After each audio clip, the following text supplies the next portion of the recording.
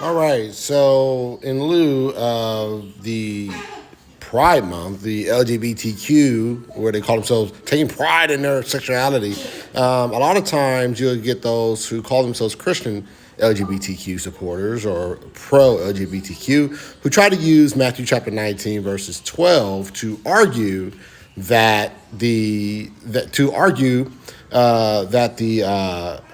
Jesus taught transgenderism, and we know that to be false, right?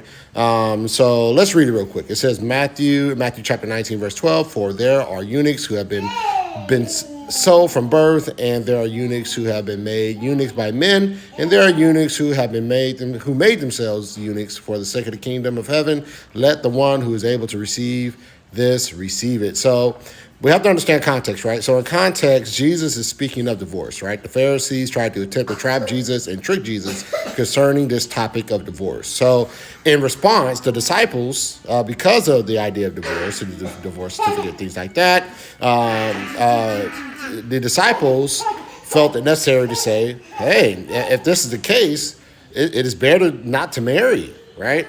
And so in response, Jesus said, well, there are some who have been eunuchs from birth. This is implying defects, sexual defects, right? Where the sexual genitalia probably didn't develop correctly, or something like that, right?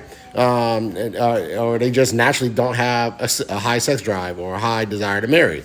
So that is what it's talking about in verse 12, where it's talking about has been born from birth, eunuchs from birth. Next, we see there are eunuchs who have been made eunuchs by men. In ancient history, in ancient culture, it was common for kings to castrate their men who were protecting their harems, their valuables, the king's concubines or the king's queen. That was to pacify those particular servants. So in ancient time, it was common for them to castrate those men to pacify them. And then lastly, we see, and there are eunuchs who have been made themselves eunuchs for the sake of the kingdom of heaven. This is referring to those who don't have a sexual birth and those who are not castrated, but yet they desire to just serve the Lord with all their vigor and do not want to give themselves over to being married or have sex because they want to serve the kingdom. So they made, in the real sense of it, they made themselves eunuchs for the sake of the kingdom. So all that said, let's not be deceived by the LGBTQ community. There's nothing in the Bible that teaches transgenderism or anything of the like. So let's continue to proclaim the gospel and glorify God in our efforts. Amen.